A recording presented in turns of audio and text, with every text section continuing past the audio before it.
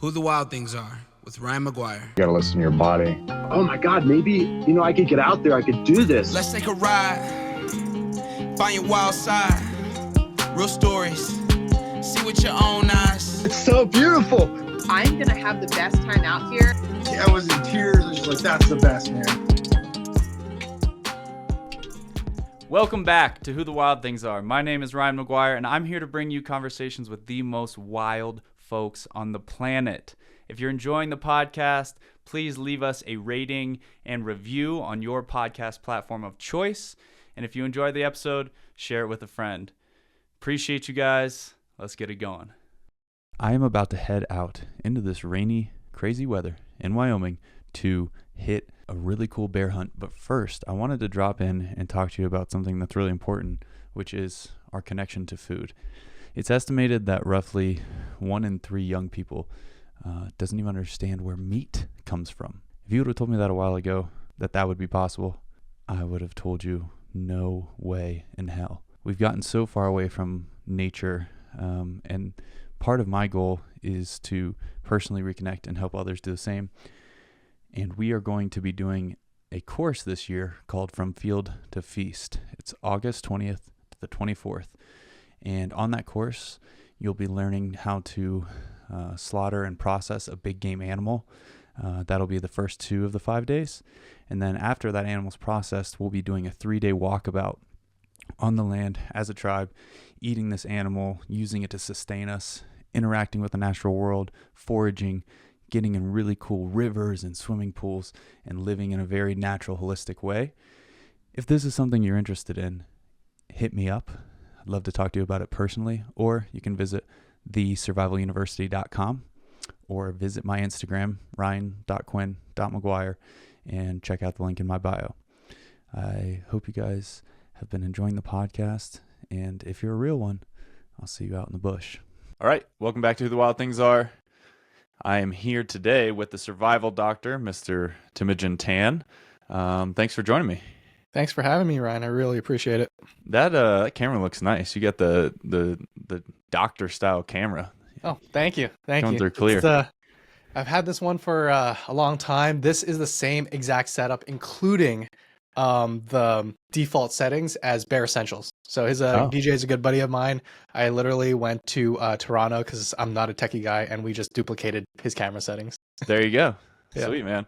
Well, before we get too deep into it today, why don't we just take a minute and kind of give folks a little bit of background to what you do and kind of how you became the survival doctor that you are. Awesome. Yeah, so it really started with a combination of a few things. Number one of the things that was almost a cardinal point and a pivotal moment in my life is experiencing for the first time what it feels like to be completely helpless when someone's dying in front of you. I think if anyone experiences that, I truly believe as a human species, you feel that calling to not only help, but to learn from that experience and want to learn more on how to make that situation never happen again. And that was me at 17, 18 in East Africa and just watching someone die on the streets. And the most salient part of that was that not a whole lot of people came to help. You know, it was so common in that slum that it was just a regular day event. And this person literally passed away in the streets without care. And I had no idea what to do. So from that point on, I kind of explored a few different paths with disaster relief and all that, joined the military. And at the end of the day, I found myself under the wing of an amazing mentor, and he got me into medicine. And I thought that was the path for me, you know, to be a doctor, to help and do all that. But it turns out medicine, the practice of medicine, especially in North America, specifically in the US, is very much different than that initial kind of heart intention to just help people. It gets muddled with insurance, it gets muddled with money, and the interactions with people and patients is completely different. And I found myself incredibly burnt out just before COVID. So much so that I didn't know if I wanted to be a doctor, and I didn't know how I could be a doctor in the space, because everyone that I look to, all my old mentors, all the physicians that have been doing it for 20 years, everyone was incredibly unhappy and actually recommending that their kids not be a doctor. And that put me in a spot, because it's like hundreds of thousands of dollars in debt that you are in, and there's literally no way to to get out of it if you don't become a doctor. And I was very fortunate to stumble upon wilderness medicine and learn how to treat people in the most austere environments when you don't have a backup team, or you don't have hospital staff, and rescue is just not coming. And through that, started posting on social media on how to do improvised medicine, and got the attention of History Channel, got on Alone season 9. And I know of a close buddy of yours, Donnie Dust. He helped with that process, actually. So very grateful to him, and very grateful for that experience, because it just opened up a new niche of what it means to be a doctor in that space. Very cool. So are you practicing medicine like in a traditional sense today? Yep. So I still work full time as a rural ER doctor here in Maine. And I also teach my students both a hybrid education. So we have our online program and also our in-person program as well. We just opened up our training facility up here in Maine, and we do fly out to different places and events to teach in person as well. Gotcha. And when you're teaching in person, is it like wilderness medicine, like woofer and woofa classes, or is it more for doctors specifically? It's not necessarily for doctors. We definitely get you to the level that you are able to treat all the things that can kill you within the first 5 minutes. So that's kind of our foundation. And it's a mix between the advanced trauma life support course, the tactical combat casualty care guidelines, very similar to woofer, but we definitely incorporate that survival element to it, because the whole premise of survival medicine is you're not just getting a person to a hospital, getting them to a chopper or something like that for rescue. This is when there is no rescue option, where you call the sat phone, they're not picking up, and you don't know if they're coming to see you in 24 hours, 72 hours, a week, multiple weeks. And you need to have a deeper understanding of the medicine, of the survival skills, so that not only can you save your patient, but you can save your team and make that environment safe. And to be that type of medical person, survival is just very intertwined in that, because if you are unable to make yourself warm or your patient warm, they can bleed out or have an increased risk of bleeding out. If you're unable to find basic resources or to make improvised resources and improvised treatments and know why those treatments would work, then you're out of luck as well. So it takes the woofer course and survival to a different level. And that's what it means to be a survival doctor, when no rescue, literal no rescue is on the way.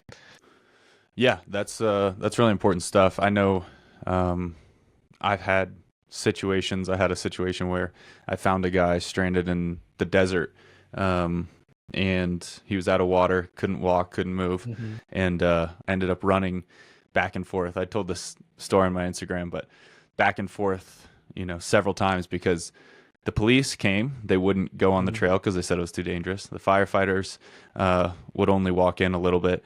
Emergency medicine never showed up. Search and rescue never made it. Like, literally, you would think that, you're not that far. We were in a canyon. It was like treacherous, but it wasn't that far. And I'm like, man, you gotta take care of yourself. Like, most likely it's all up to you and the people that you're with. Absolutely. I don't think people realize how long it takes for an evacuation. When I did my training in wilderness medicine, we were near Roanoke, a lot of the areas over there, and there were a lot of accidents there where people would be literally just on the other edge of a highway, and extrication and evacuation would take 5 to 6 hours, and they're on their own, just waiting there and either quickly dying or slowly dying. And I don't think people know enough to keep themselves safe or to prepare for that moment. And it's really crazy, because as people are going outdoors more and trying to reconnect with nature and try to do things that help with their health and mental wellness, it can take a turn really quickly. Yeah, the problem is that we latch on to these one or two bad experiences that we hear about in the backcountry, and people like to use that as, oh well, I don't want to do this big thing in the wilderness because I could get hurt or I could do this. And I always think of it like, well, there's nothing more dangerous than sitting on the couch like that. Ultimately, Absolutely. that is a 100 out of 100 cases going to lead to a slow and unfulfilling life. 100% agree. And the sad kind of truth in at least America today is that over 70% of adults have chronic disease and obesity. So it's like my wife works in preventative care with the CDC, and it's crazy to think that we have transitioned so much as a society here in North America that even if you have an organization dedicated to prevention, you are serving like 30% of your population, right? And Right. 70% of the other people you're trying to treat because they already have the things and they are kind of obese, diabetes, smoker, have all these bad habits, and are not only that, they are unwilling to change, which is something that makes my job very difficult, because you see the same people over and over again, week after week. And when you ask them, hey, like, have you thought about this, or even taking your medications as prescribed, they're like, no, just patch me up and let's go. The other So hard thing it's a about that very is like sad state. the other hard thing is if you take one person from that 70% group and one person from the 30% group, the amount of money you can pull out of the person in the 70% group is much, much higher. Absolutely. Like somebody that's fit, like, maybe they have a thing pop up here and there, but like if it's somebody in that chronic illness thing, you get to send them to doctors for life. You get to put them on medication for life. It becomes a really good business model. So it's like we're only, I hate to say it, but it's like just human nature to want to kind of keep that thing rolling. And just being in a country that emphasizes entrepreneurship, capitalism, there's definitely better marketers, better people who are able to market to that demographic to get them hooked on certain foods and drinks and conveniences that just keeps that ball rolling. So what is encouraging is there are a lot of business owners, including yourself, who are encouraging people to kind of undertake that change to completely change their course of what will happen in the next 20 to 30 years.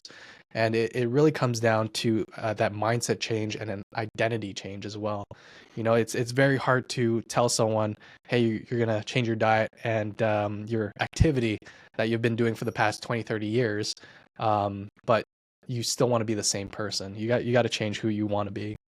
When you think about your life, do you see yourself as someone who was born that way innately, or did you have some kind of background story that led you into like prioritizing health and wellness? So I think for me, it wasn't necessarily health and wellness was like the goal, but it was definitely a nice aftermath for what I love to do. I was very fortunate to have a godfather who loved being outdoors.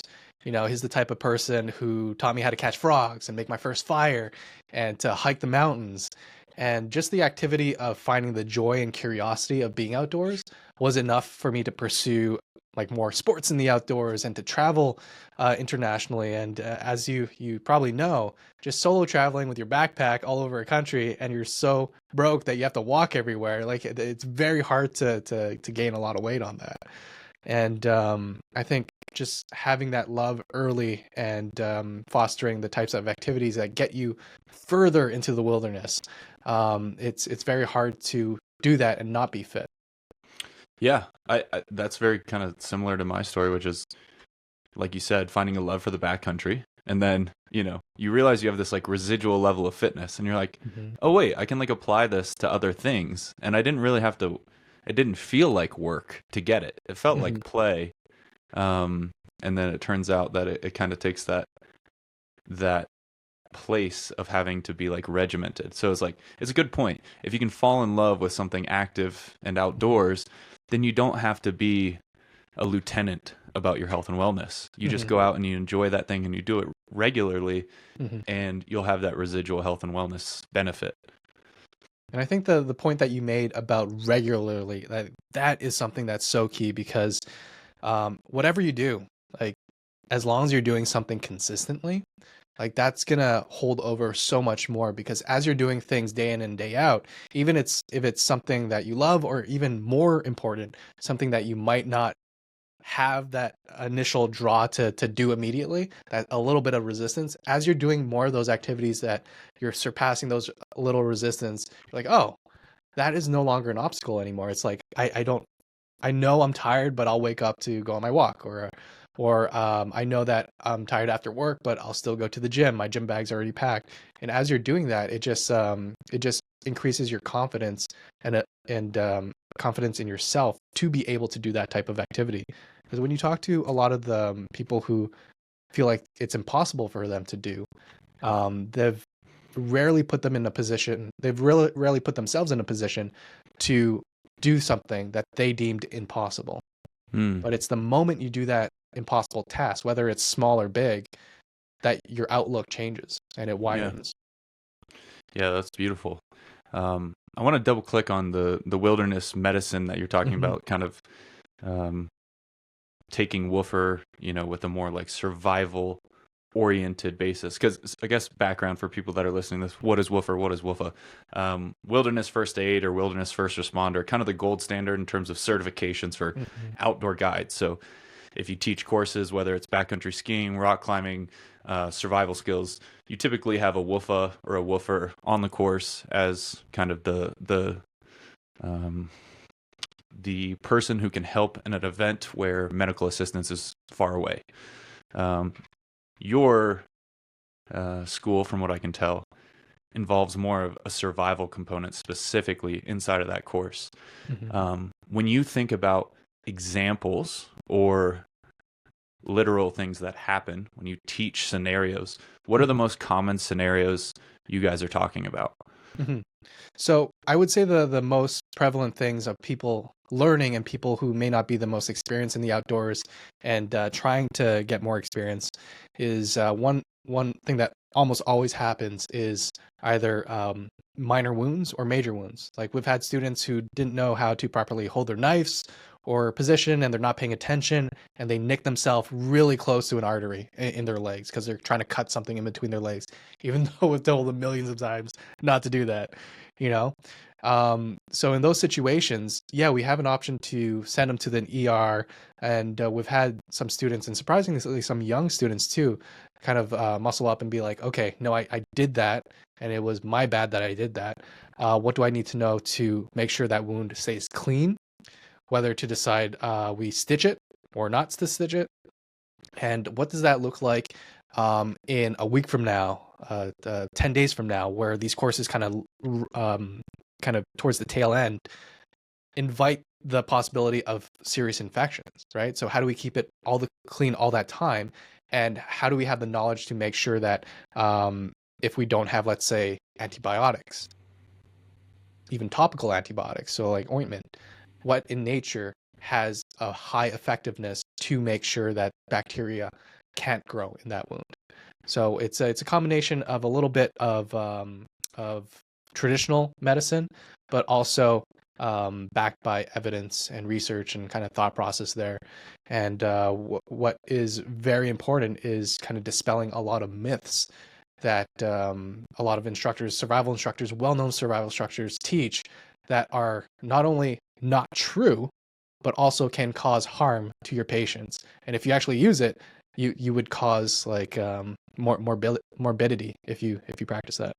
What's one of those that comes to mind when you think of commonly said ones by survival instructors? So it's funny because a lot of these instructors, like they've been on TV, they have a huge million following, and me as like a new person in the space, like just commenting on something that they're teaching, I get a lot of flack. But I was like, like you can't convince me otherwise, because I know you're probably going to cause an amputation from this.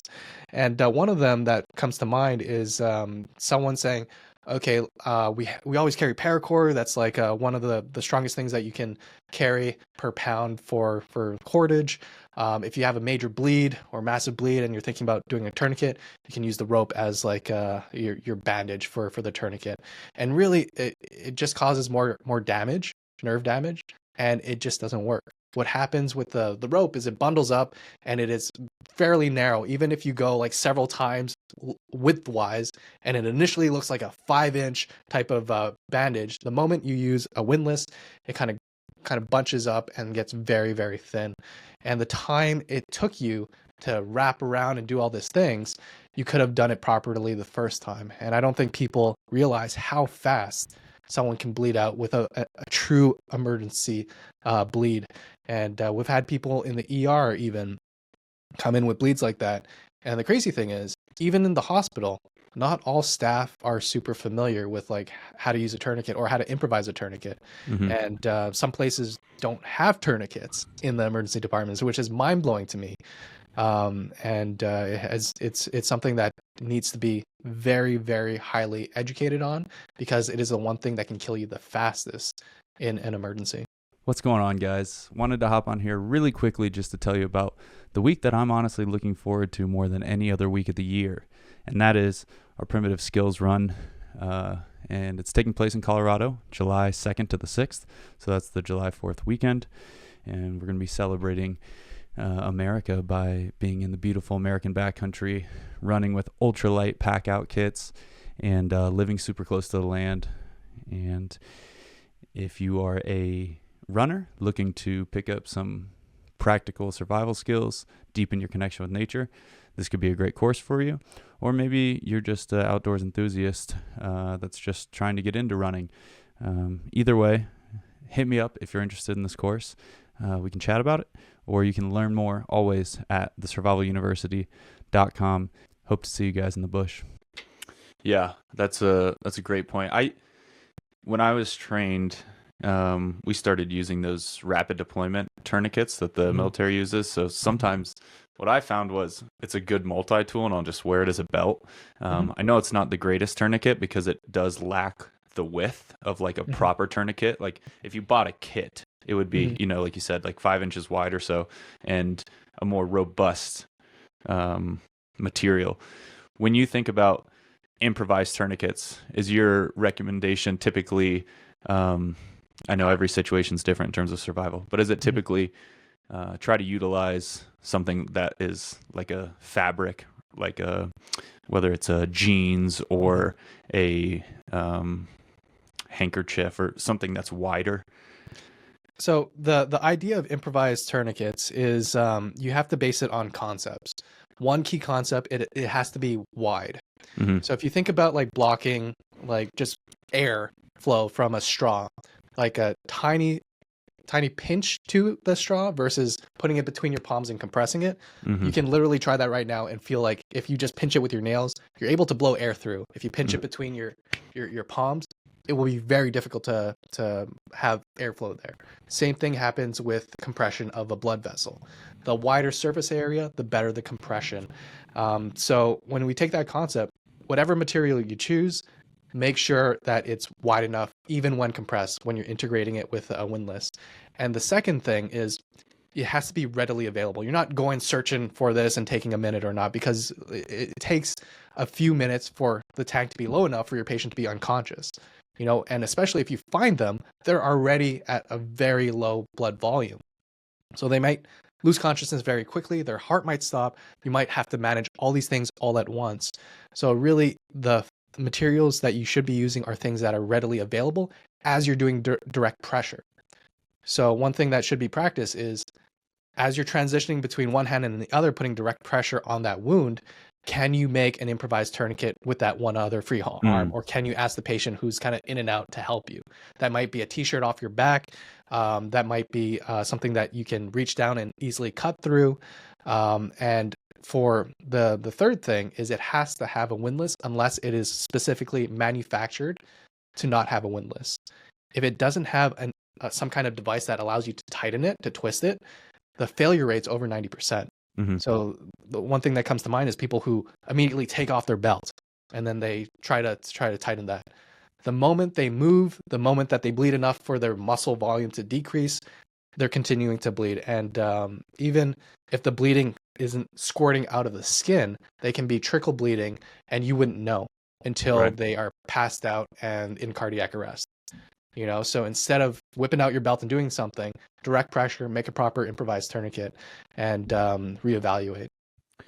Yeah, so for people that are kind of listening, I'm going to paint this picture. The difference being a belt, which you're just fastening and pulling as tight as possible, versus a windlass, which is a bar or a rod or something, a stick, put through the actual tourniquet and you spin it to make it smaller and smaller and smaller, tighter and tighter and tighter to kind of stop that bleed. That's the proper way versus you're saying like a belt. Yeah. And I think that's probably the same knock on like those rapid deploy ones is that you would have to readjust them and like stay very vigilant You with. would have to have like multiple of them just to have the proper width of an effective tourniquet as well. Yeah, that's a great point. Is there any other survival myth outside of tourniquets? That was very informative, by the way. There's plenty. One that comes to mind specifically from my season is the most common issue for long-term survival is typically infection, and very commonly infections related to your guts, and eating things that you probably shouldn't eat. And one of the common myths is to use charcoal to help. You know, there's a big misconception that charcoal from your fire is the same as activated charcoal. It is very much different. You know, activated charcoal is made from a very high temperature that makes the charcoal itself very porous. So toxins and the kind of badness that you're trying to absorb and attach to that little bit of carbon is really effective for activated charcoal. It is not the same thing as campfire charcoal. And in fact, if you crush that up and ingest it, you will likely experience more cramping in your belly. You might experience more nausea and vomiting, and you'll get more dehydrated. And that definitely happened on my season with one of our contestants, and they were pulled because they had a lot of those symptoms. Wow, that's interesting. Yeah. Let's talk a little bit about Alone and your experience on there. I know talked to several guests that have been on the show, so it's always interesting to hear kind of how people see their experience on their own versus like how it was displayed on TV. Yeah. Were there any major differences between like how it went for you versus how it was displayed? I think the interesting difference is you only see, I think, 5 to max 10 minutes of our experience over there. And we are literally filming at least 12 hours a day, every single day. So to cut that down, you miss a lot of the events, the storytellings. And one of the things that I was very grateful for is at least the main purpose of why I was there and why I was fighting to stay longer was represented in the final cut. So in Alone in general, I would say that people do it for a variety of reasons, whether it's to promote your survival school, to test yourself, to kind of do it for a family member financially, you know.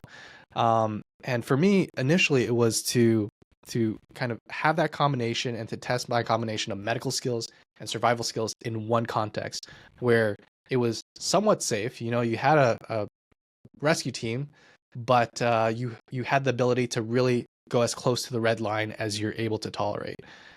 But once you're there, you have your shelter, you're warm, you're fed. The challenge is what is your purpose at that moment? You know, you have nothing else to prove. And for me, at that moment was around day 40. And I knew that on average, if you wanted to win it, you would have to stay beyond 60 days. And I had a conversation with myself and I tried to figure out what would be worth that, because you are suffering out there in some ways, whether it's mental, physical, or emotionally. And the one thing that I knew that was so worth that suffering was to potentially inspire my own family, my mom, to kind of change some of the trajectory that she was going in. Because she is one of the people who unfortunately have a lot of these chronic illnesses, who doesn't necessarily feel capable. But everything that made me strong and capable to survive up until that point was because of what she taught me when I was a young person. So I was very happy that they were able to convey that through the History Channel. But besides that, like, there was a lot of different trapping that I was trying. I actually caught fish on my season. They didn't show that. And I built like a secondary shelter there. I don't think that they showed that really well. But yeah, there's a lot of stories that are missed, and sometimes it's just a luck of the draw on what character they want to cast that season.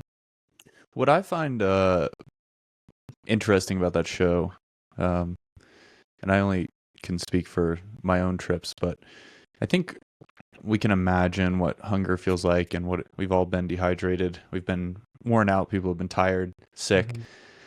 I feel like it's hard to display what loneliness feels like. Mm. And I think it's hard for a lot of people to understand how disconnected and jarring it can be to your system to be alone for, I mean, I've never been alone as long as you were. Like, how could you best aptly describe like the feelings of being alone that long? Mhm. So one of the things that I tried, because I knew that that would be a factor, people miss their family and they miss human connection. And I knew that that would be an issue. And one of the things that I employed was a combination of visualization and also integration in my direct environment to build relationships. Because the one thing that affects kind of that loneliness factors is, do you have relationships that you are actively kind of receiving and gaining from?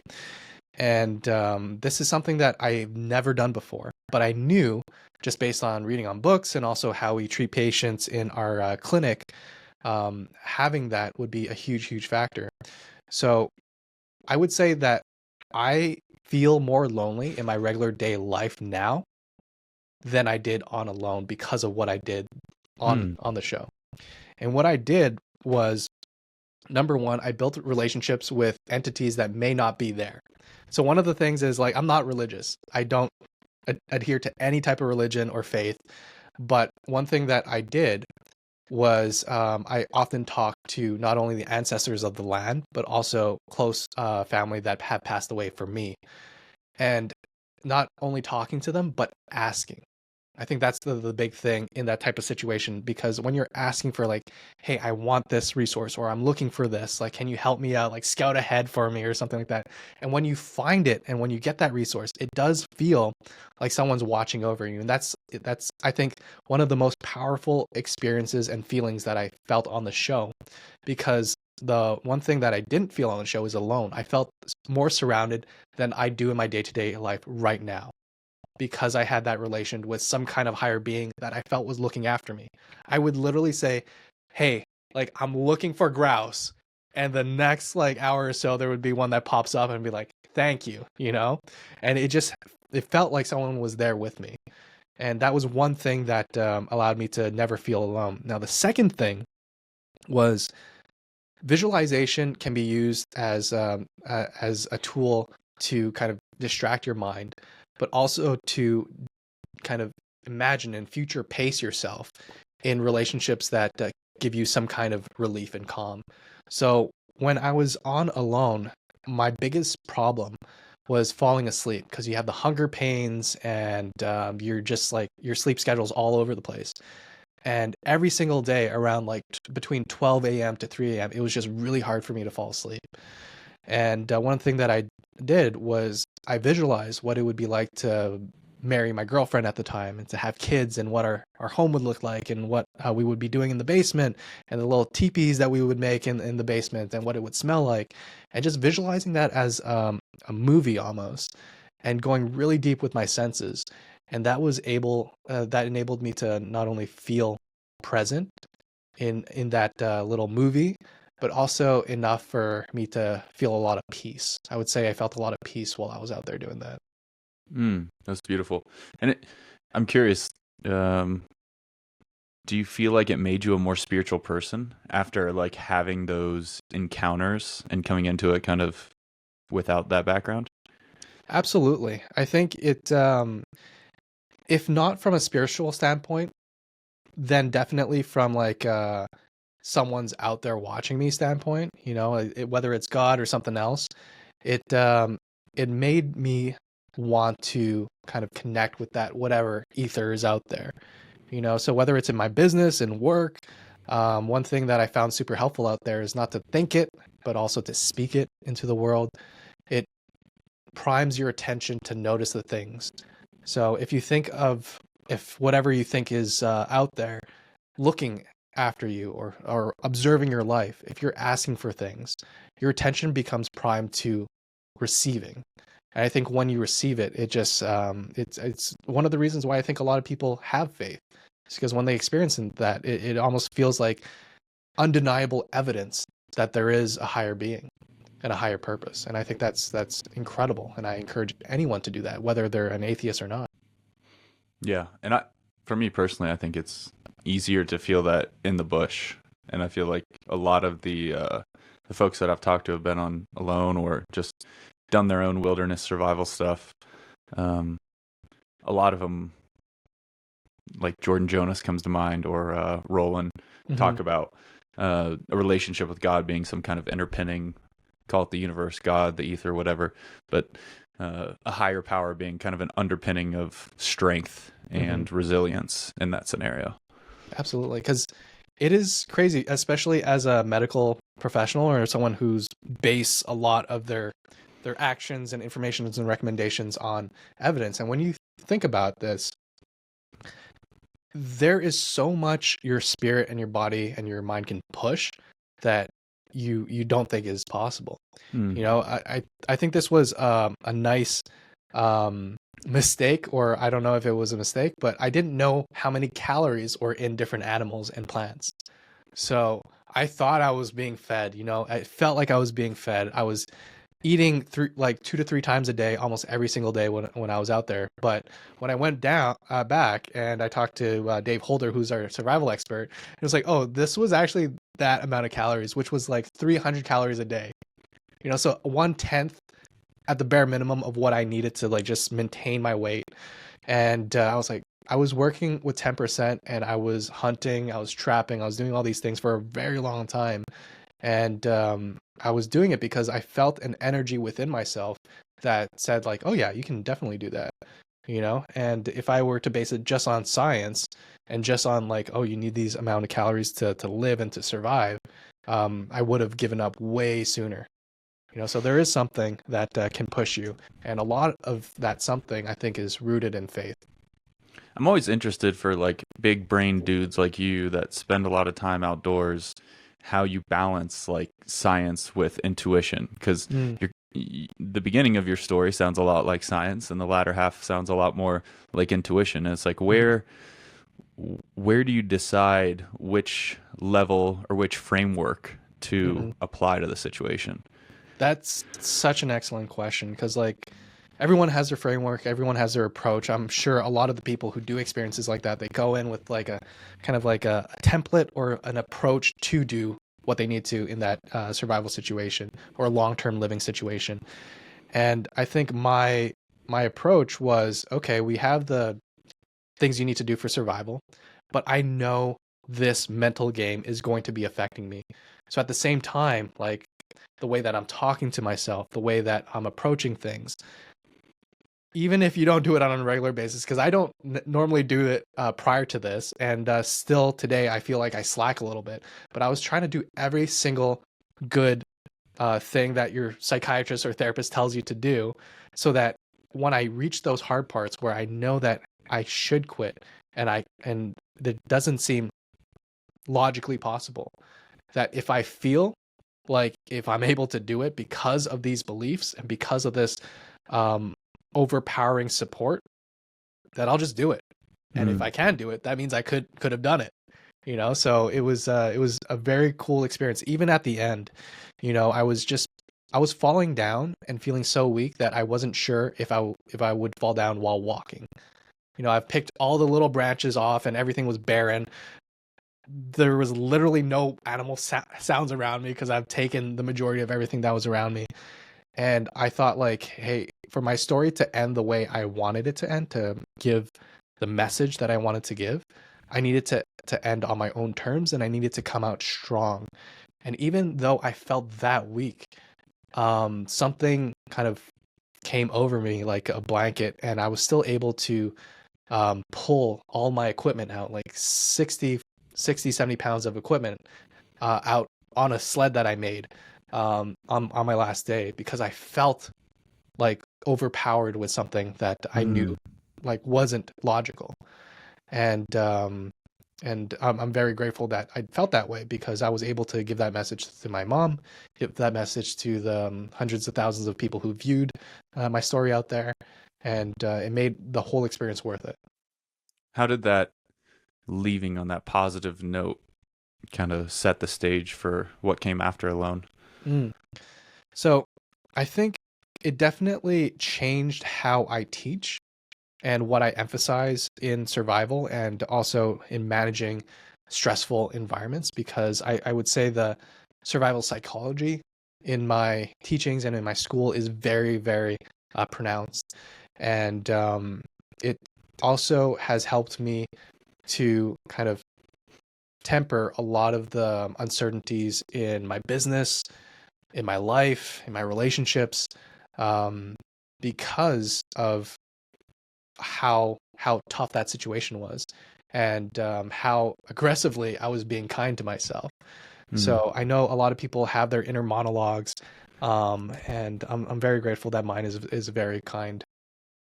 Yeah, that's beautiful. And definitely not something that you talk about as a man often, right? Yeah. It's like you're just supposed to be hard on yourself and figure it out and not lean on anyone else. So it's Mhm. yeah, it's important for people to hear that message. Outside of you know, getting back, I'm curious for folks that are listening to this. Obviously, we've talked about kind of your experience, but I want to dive back into some like practical tips for folks that are recreating in the outdoors. What are kind of the most common mistakes that you see people make that end up being life-threatening? Mhm. So I think at the very beginning is not knowing where you're going and not knowing how to get back. The majority of the people who go on day hikes and who get lost and who get in trouble, not only do they not have the stuff that they need with them because they want to do ultralight or whatnot, they don't have a way to signal for help, and they don't have an idea of how to come back home. Like, I always encourage our students and my own personal family and friends to go to that physical map and compass, and to know what your boundaries are. And if you know, like, if you're crossing this river, you're in this exact location, there's a highway over here, this is how long it would take to get to this location. This location would be a great extraction point. So having a little bit of trip planning would be a bare minimum, and a signaling ability. And besides that, having what you need to survive and to manage the most common injuries in those scenarios. Because it might be the case where it's not necessarily life-threatening. You might twist your ankle or break something. But if you are there overnight and you don't necessarily know how to make a shelter, you don't necessarily know how to stay warm, that becomes an emergency really quickly. So I encourage everyone to not only carry the stuff, but to know how to use it well. And if you are inclined to do so, definitely recommend some primitive living skills. I know one of my first trainings was with Donnie, and it was very mind-opening to see what you can do with just your hands. Yeah, it is very interesting, and it's funny to think about how much of our instincts we've lost. There was a survival story I heard recently about a young boy who wandered from his house. I think it was just maybe first quarter of 2025 when this happened. Kind of early walking stage, right? Like a 3-year-old. And wandered from the house. Parents, maybe just weren't watching for a second. And, a 3-year-old can walk a mile or two, they can get going if they're left alone to their own devices. And kid wandered into the woods. They weren't able to get the tracking done right away, right? There's probably like some kind of hang up. And the kid had to spend, I think, 2 overnights. And That's impressive. the kid found a little shed, and in it, there was a lawnmower. And so some lawnmowers on the back, they have a bag that catches the grass as it chips up.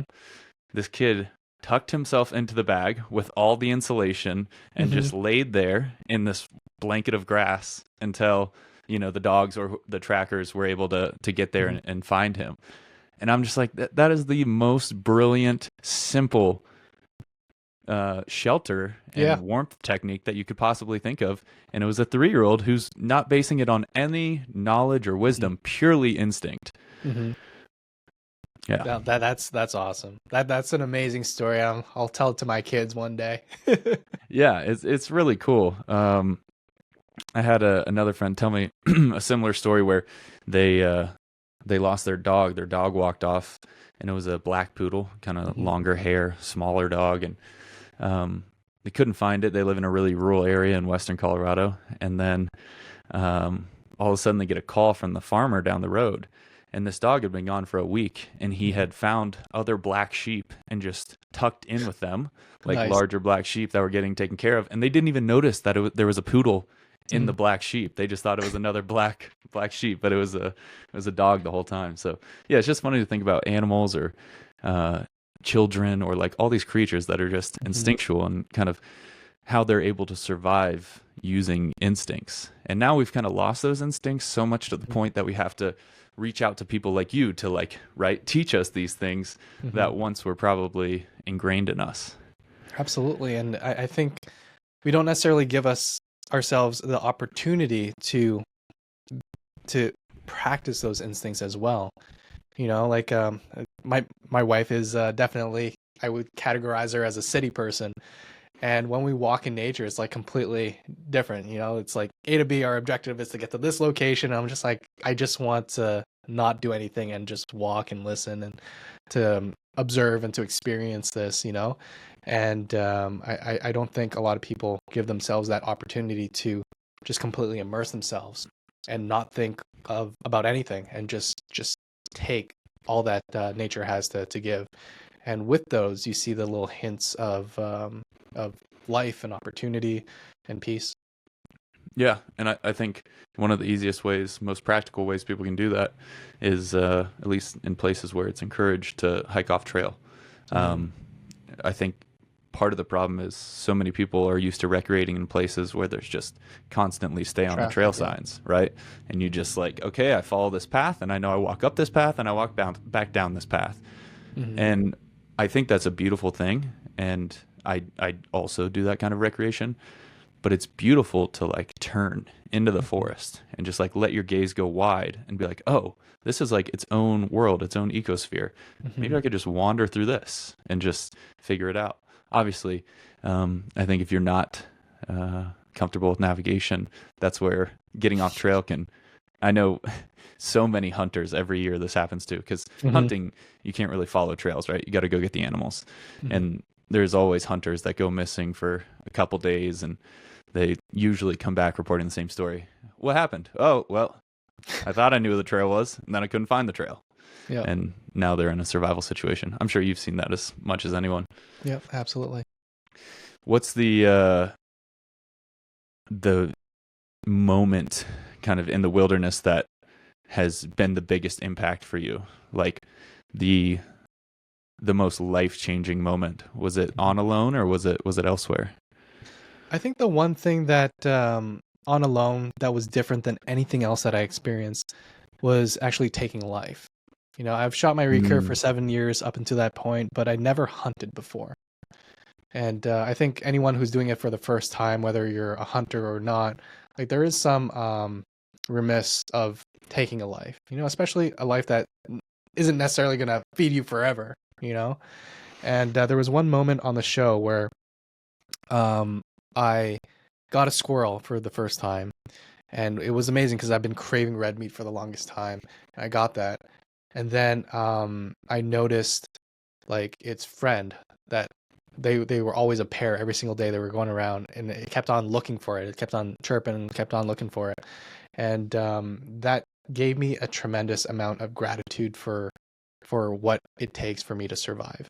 Like a small animal, but like just that notion that I was not only taking a life, but I was taking that person's person, or that thing's like significant other, So that was really impactful. And I think the emphasis that I have on gratitude, whether it's for your clothes, for what you eat, for your home shelter, has completely changed or amplified since the show. That's beautiful. And I think the point is well taken that it's hard to kill things that are small because you have to do so much killing. Um, there's like a lot of rhetoric out there that like, farming cows is a terrible thing. And the preface I would put on is like, think about how much comes out of one cow, one life, versus how many chickens, right, have to be taken for an hour of drive through at Wendy's. Like the numbers when you make the animals smaller get astronomical. And if you've ever hunted small game or butchered chickens or butchered smaller animals on a farm, it's like it gets exhausting on the spirit. Like just kill over and over and over again, and eventually it gets really hard to swallow. Absolutely. Did you feel any of that? I don't know. I don't want to call it remorse, but just like a desire to kind of back off when you were out there after taking lives. I think not at the beginning, because I knew I needed that resource to be there. I practiced a lot of gratitude for it, and I tried my best to give back to the other animals, whether that's with scraps or with because we couldn't bait fish or anything like that. So I was giving back to the water, giving back to some scavenging animals, and towards the end, I remember I had like over 100 traps out there, ground snares and tree snares and all that. And it came to the point where I knew like I was coming towards the end, and I didn't necessarily have the energy to walk my trap line anymore. Yeah. So it was then that I had a little bit more remorse of feeling like, hey, if I don't take care of my traps right now, that there would be animals out here getting trapped, and no one would be eating it besides like scavengers and whatnot. So I think it was towards that moment where I decided that it was time to go, and I took down all my traps. With that last bit of energy, I took down like over 100 traps. Wow, that's probably not a small task either. No, it's not, because they were all over the place. Yeah, and you're not on a trail, right? You're like stepping over logs and like mud and all that kind of shit. Yeah. And it was by that time, like there was some snow as well. So yeah, the cold on the body when you've tapped out all your reserves. Like how much weight did you lose? I think 62 pounds. Jesus. Yeah, that's a lot of weight, and you're not like a giant guy to start with. No, like I had to force feed myself for 6 months just to gain like 35 pounds. And then I met Juan Pablo, and he's like, oh, by the way, like I've been drinking like a gallon or two, I think it was a gallon or two of milk every day, and then 30 mLs of olive oil. And I did a lot of oil in my last 10 days, and I was like, oh yeah, like this is way faster. And I gained like, I think like 5 pounds in the last minute. That's the key, huh? Yeah. Earlier you were speaking to, the psychology of survival. And I think a lot of that is kind of how you handle yourself in those situations, right? Like staying calm and being a leader when shit hits the fan. How do you teach that specific moment inside of your survival courses? So I think there's two situations that are very common, especially people who are being outdoors for their first time.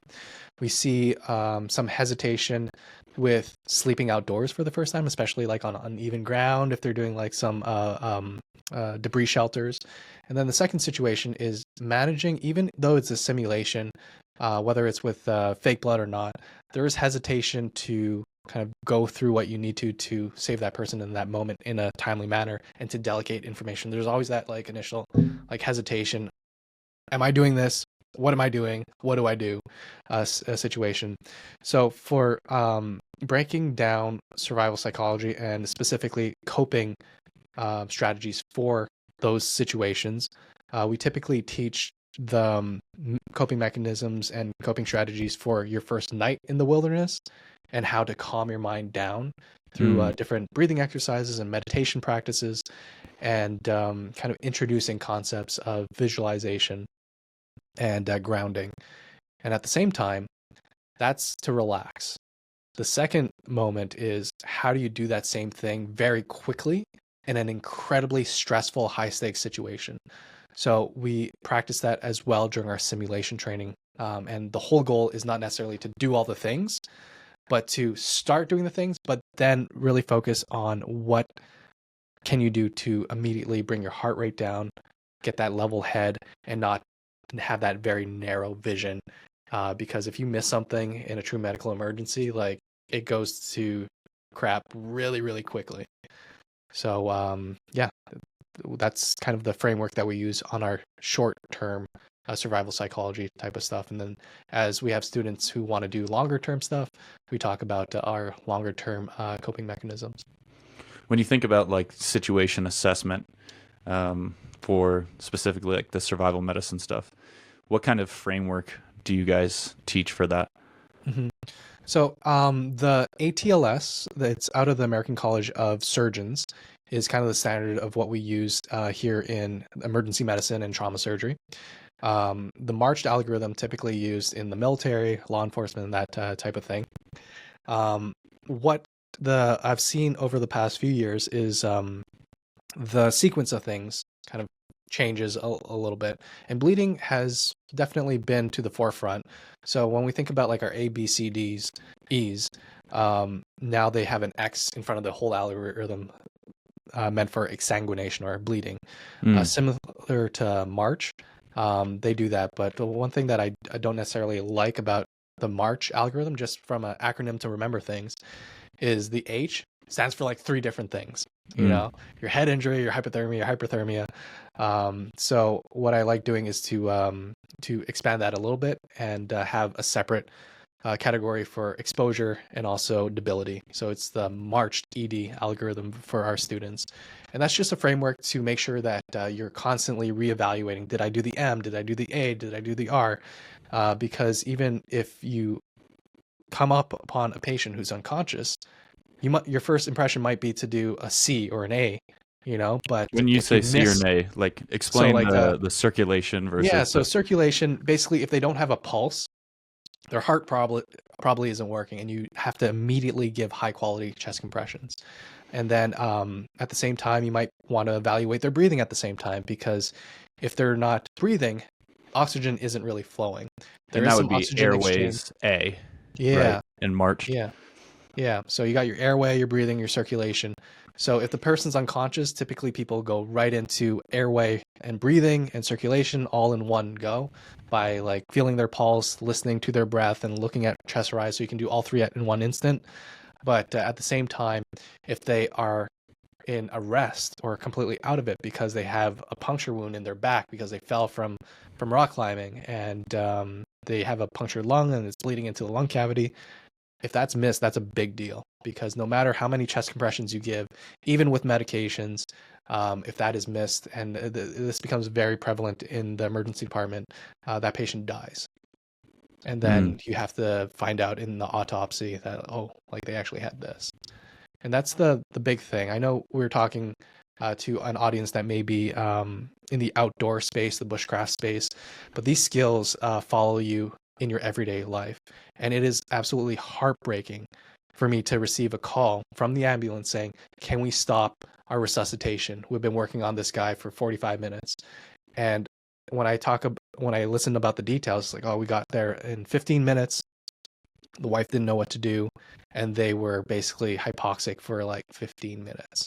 And the only reason that person is dead today is because the person next to him didn't know what to do, or they knew what to do, but they didn't know how to do it effectively. Yeah. And it doesn't matter if you're old or young, because we have literally had, I think the youngest this year in cardiac arrest was 17 years old. Whoa. Yeah. How did that happen? Was that an existing condition?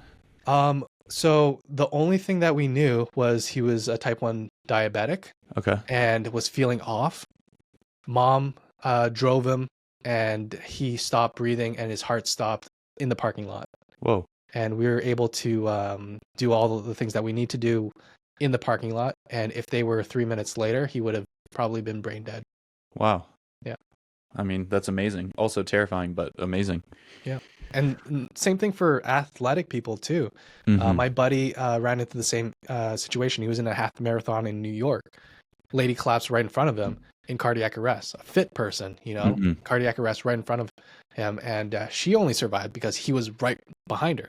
Ambulance again took over 20 minutes in New York City. Mm. So these skills transfer to urban settings very, very realistically. Yeah, I've seen like more what is it, myocarditis, Mhm. more reports of that, and like super super fit people, like Yeah. really really fit people. Mhm. And there's a friend of mine that he was doing a mile test at the track and was like kind of coming around on his last lap, collapsed, lost his pulse, effectively died. And there was a guy, I think he was walking onto the track, that was a EMT firefighter. He was like about to do a workout and saw it, saved the guy's life. He was out for minutes, but just like a luck of the draw, the guy that's working out after you happens to be one of the folks who's been on the Survival Doctor's Instagram and knows what to do in that case. Yeah, absolutely. If Yeah. I could have more people in the environment know what to do for the things that can kill you in the first 5 minutes, and have more of those people in our community, and definitely parents and family members, like I would have lived a very fulfilling life. Mm. Yeah, that's a beautiful mission, right? Like literally saving lives through a network effect, Hmm. right? Like that seems like a good way to spend your time. Yeah, it definitely feels that way. So yeah, that's the main thing that we're pushing for. We're a very small business right now, but we're ever growing. Sweet. So for people that want to learn more about your business, what's the best way for them to kind of find out more about you? Yeah. So we have our field guides that are updated to the most relevant and life-saving information that's updated every single year. We have our video memberships where you can learn this information and get some guidance from me on a video type of interface, or you can come train with us in Maine or in your local backyard. All our information's at survivaldoctors.com. Survivaldoctors.com. Yep. And then And Instagram is the same. Yep. Survival Doctors on Instagram. We have a few free challenges coming up, so that's very exciting. So if you want to learn how to stop a massive bleed and truly know how to stop it, improvise and do all that, we're doing a 5-day training for free coming up in May. Very cool. Awesome.